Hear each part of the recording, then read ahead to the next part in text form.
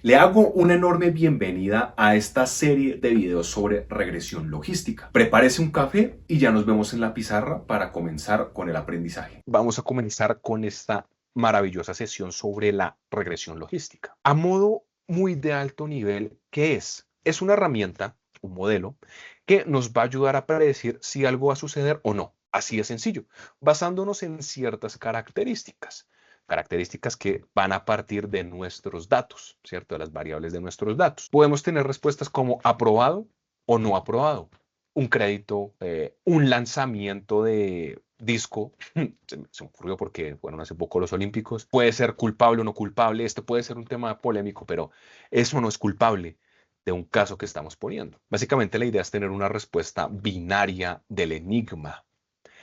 ¿Y cuáles van a ser esas características? Pues bueno, en el caso de si tiene cáncer o no tiene cáncer, pues que puede ser la genética, todo lo que tiene que ver con su historial familiar, pueden ser características de la persona, la estatura, el peso, la presión arterial.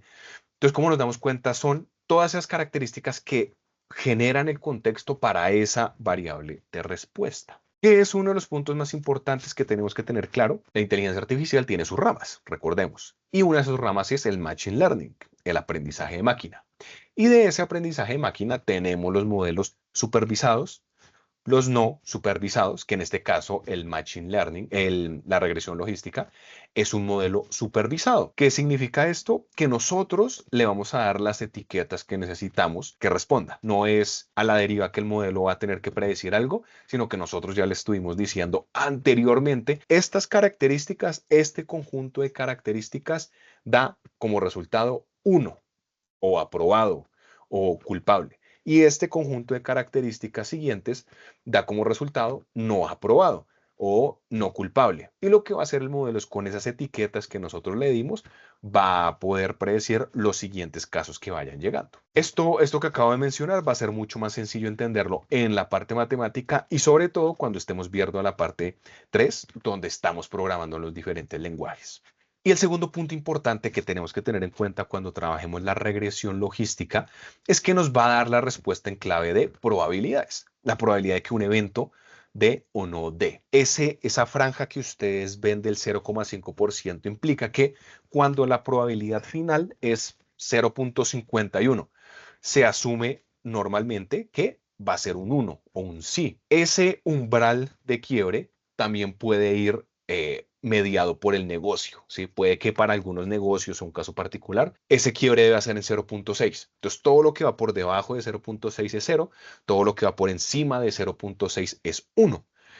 Pero el estándar, el que normalmente vamos a ver y ya estandarizado en las librerías, en las bibliotecas de los modelos, es que ese quiebre es en 0,5. Básicamente, aquí haciendo una pequeña comparación con cómo podemos visualizar la regresión lineal con la regresión logística, vemos que la regresión lineal tiene su fórmula de regresión lineal, donde tenemos un punto de quiebre de corte con el eje Y y ya los diferentes parámetros que van a ir haciendo que cambie la tendencia de esa recta. Ambas se van a construir partiendo de una combinación lineal de las variables, pero la regresión logística va a utilizar una función sigmoide para poder interpretar esos resultados a modo de probabilidad. Es esa gráfica en forma de S que vemos ahí, que es la sigmoidial. Como vemos, que utiliza este modelo es esa función para poder volver las respuestas en un intervalo entre 0 y 1, que van a ser las probabilidades. Pero como vemos en la misma fórmula, utiliza esa combinación lineal para poder introducir nuestras variables del problema dentro de la función. ¿Cómo va a manejar esas características, Sorbo? Las variables de nuestro problema. Como usted se puede dar cuenta, en este gráfico tenemos x1 y x2, ¿cierto? La variable 1 y la variable 2. Lo que hace el modelo es segmentar en dos grupos, donde partiendo de las características de la variable 1 y variable 2, va a poder interpretar dónde está la variable de respuesta 1 y dónde está la variable de respuesta 2. Pero usted se preguntará, bueno, se maneja de una manera lineal. Bueno, dependiendo de la cantidad de variables, vemos que se va volviendo un poco más complicado el problema. Y ya vemos que los puntos no solamente se van a ver en dos dimensiones, sino que a medida que nosotros le vamos metiendo más variables, se va volviendo un poco más robusto el problema.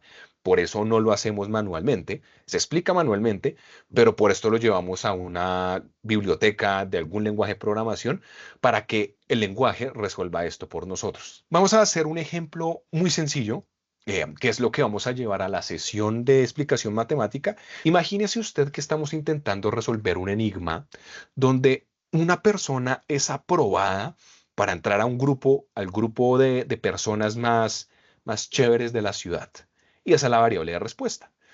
En azulito está la persona que entra y en rojo está la persona que no entra. ¿De qué depende esa respuesta? De cuatro variables fundamentales: la cantidad de pizzas que consume en una semana, la religión a la cual pertenece o la que profesa, si ha visto o no El Señor de los Anillos y la cantidad de libros que lee al año. Una vez procesada nuestra regresión logística, vamos a poder determinar, en primer lugar, cuáles de esas variables sí tienen peso en la decisión de si va a entrar o no va a entrar al club. Y finalmente, ¿qué es lo más importante? Que cuando nosotros insertemos una nueva persona, mediante las variables que más tienen peso, vamos a poder predecir si va a entrar o no va a entrar al club. Entonces, digamos que procesando todo este ejercicio, matemáticamente desciframos que la religión que profesa la persona no hace que, no afecta realmente que entre en el club o no. Básicamente usted puede ser de cualquier religión, pero sí va a tener peso la cantidad de pizza que usted consume, si vio El Señor de los Anillos y si está leyendo. Eso es básicamente cómo va a manejar las características. Va a empezar a dar pesos. Y estos pesos son muy importantes porque a nivel de negocio, por ejemplo, puede que leer una gran cantidad de libros al año sea la variable, una de las variables más importantes. ¿Qué significa? Pues si queremos entrar al club, pues vamos a leer más, ¿sí? Y esto va a ser muy importante porque cuando tenemos datasets de muchas variables, de muchas columnas, van a haber algunas que van a tener más peso en esa predicción y son las que tenemos que evaluar con detenimiento en nuestros negocios, en nuestros proyectos, en nuestras investigaciones. Cuando vamos a trabajar la regresión logística, tenemos que tener muy detallado algunos factores del fenómeno que estamos evaluando. En este punto puse tres de las más importantes, de las que más suenan cuando se está haciendo la regresión logística y que es importante que siempre tengamos en cuenta.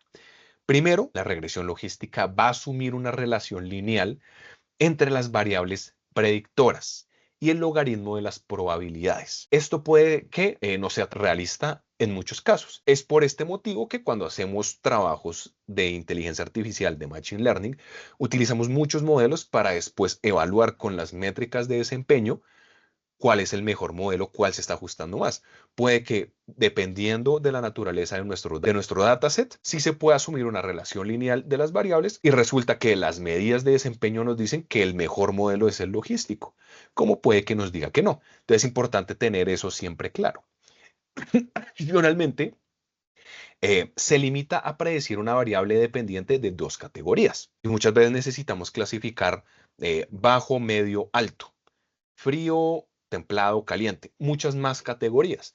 Entonces, este ejercicio vamos a ver que normalmente se desempeña con variables dicotómicas, solamente sí, no, 1, 0, y puede que esto le reste un poco de alcance. No obstante, por ejemplo, si en un banco están intentando ver si una persona debería o no acceder a un crédito, no se necesitan más de sí debería, no debería.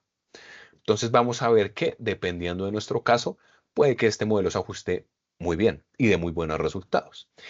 Y adicionalmente, si las variables predictoras se pueden separar perfectamente de las clases, eh, pues va a rendir muy bien. Es uno de los supuestos que intentamos verificar con este modelo. La estimación de esos parámetros para la separación completa de dos grupos puede ser complicada e inestable. Entonces, básicamente, como veíamos en una de las imágenes, asumimos que los punticos se pueden dividir de forma clara.